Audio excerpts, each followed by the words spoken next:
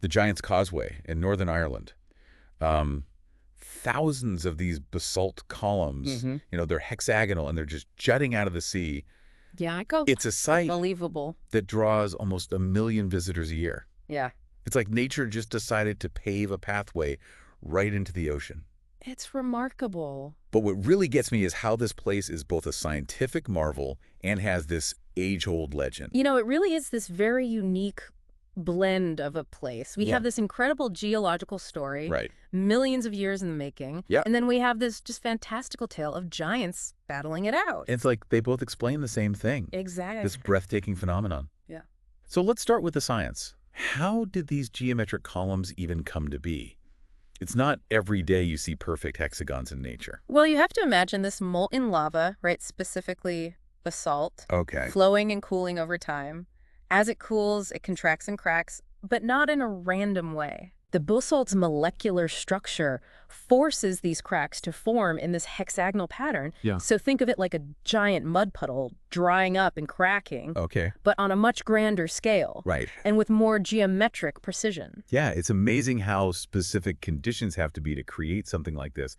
Makes you realize how much is going on beneath the surface of our planet that we never even see. Absolutely. And what's even more fascinating is that it isn't an isolated phenomenon. Oh, really? We see these similar basalt formations all over the world, like Devil's Tower in Wyoming. Oh, wow. And these formations kind of offer a glimpse into a shared geological history across the globe. That's incredible. So scientists have actually been able to recreate these formations in a lab. Yes. There was this fascinating study where researchers used actual basalt from Iceland's Eyjafjallajökull volcano. Wow. They heated it up, Uh-huh. allowed it to cool under controlled conditions, Okay. and watched as those hexagonal cracks started to appear. So they basically made a miniature Giant's Causeway. That must have been something to see. But what was the key takeaway from this experiment? Did it just confirm what scientists already suspected? Well, it did more than just confirm. It provided deeper insights into the specifics of the process. What they found was that the speed of cooling actually dictates the size of the hexagons. Oh, right. The slower the cooling, Okay. the larger the hexagonal columns tend to be. Oh. It really highlights the intricate relationship between time and temperature and the forces that shape our planet. Okay, so now I'm even more curious about how those giants fit into all of this. Yeah. You mentioned a battle, right? Yes, the legend of Finn McCool. Okay. This Irish giant, according to folklore, built the causeway to fight a Scottish giant named Bonandener. Wait, he built the causeway. Yeah. Like intentionally placed all those stones. That's how the legend goes. Wow. It's a tale of rivalry and strength, with Finn McCool either wanting to confront Bonandener or, in some versions of the story, to impress a giantess. Oh. But it's interesting to note that there are similar basalt formations on the Scottish island of Staffa. Oh, really? Just across the sea from the Giant's Causeway. Ah. And this geographical detail kind of adds a layer of intrigue to the myth. So even though we know it wasn't actually built by giants, the legend kind of reflects this real connection between the two locations. Almost like ancient storytellers were picking up on these geological patterns without even realizing it. I think it speaks to that innate human desire to find explanations for the world around us. Yeah. Even if those explanations involve mythical beings. Right. But what's remarkable is that even with our scientific understanding, places like the Giant's Causeway still retain an air of magic and wonder. I can absolutely see that. Yeah. It's a place where science and myth don't cancel each other out, but rather coexist and even enhance each other. Precisely. It's a reminder that there are multiple ways to experience and understand the world. Okay. But for those of us who might actually want to experience the Giant's Causeway in person, there are a few practical things to consider. Yeah, I was just thinking about that. Like, I'm already picturing myself walking along those hexagonal columns and looking out at the Irish Sea. But before I book my flight, what do I need to know? Well, first off, access to the Giant's Causeway itself is free. However, there are fees for things like parking and using the visitor center facilities. Okay, that makes sense. Those things don't pay for themselves.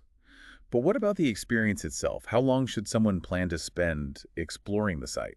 Well, it really depends on how deeply you want to immerse yourself. I mean, the general recommendation is at least 2 hours Okay. to fully appreciate the Grand Causeway and take a leisurely stroll along one of the walking trails. But you could easily spend a whole day there Really? if you wanted to explore all 4 trails and soak in the scenery. Wait, 4 trails. So there's more to see than just the main causeway. Oh, absolutely. Yeah. You can explore the cliff tops, discover hidden coves, and even see some of the formations from different angles. And speaking of different perspectives, I should mention that you can't actually drive down to the causeway itself. Oh, really? So how do you get there? You park at the visitor center, and then you have the option of taking a shuttle bus or walking down. So I'm guessing those walking trails you mentioned all lead back up to the visitor center. What's the walk like? Right. Anything I should be prepared for?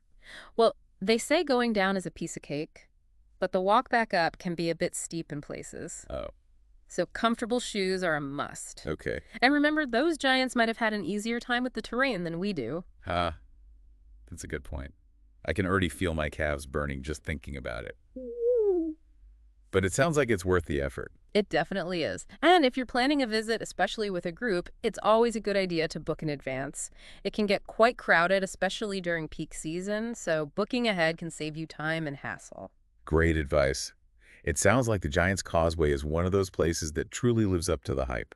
A place where science and myth collide, leaving visitors in awe of the power of nature and the stories we tell about it. I couldn't agree more. And it's a great example of how a single location can spark curiosity on so many different levels.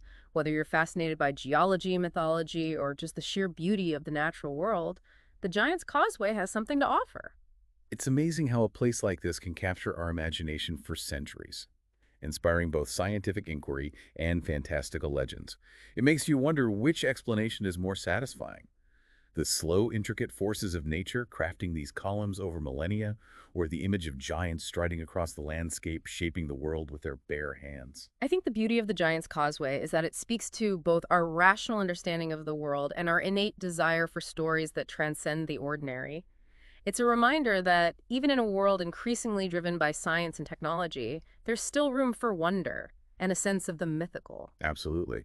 And it reinforces that idea that sometimes understanding the science behind something only deepens the magic. Precisely. And that's really what we try to do here on the Deep Dive, to uncover the stories behind the science, the legends behind the landmarks. Exactly. We're all about exploring those intersections where history, science, and human curiosity collide. And who knows, maybe we'll even inspire a few travel adventures along the way. Speaking of which, if you're as captivated by the Giant's Causeway as we are, be sure to sign up for our newsletter. That's right. We'll be sending out more deep dives into fascinating places and phenomena just like this one. So until next time, keep exploring, keep questioning, and keep that sense of wonder alive.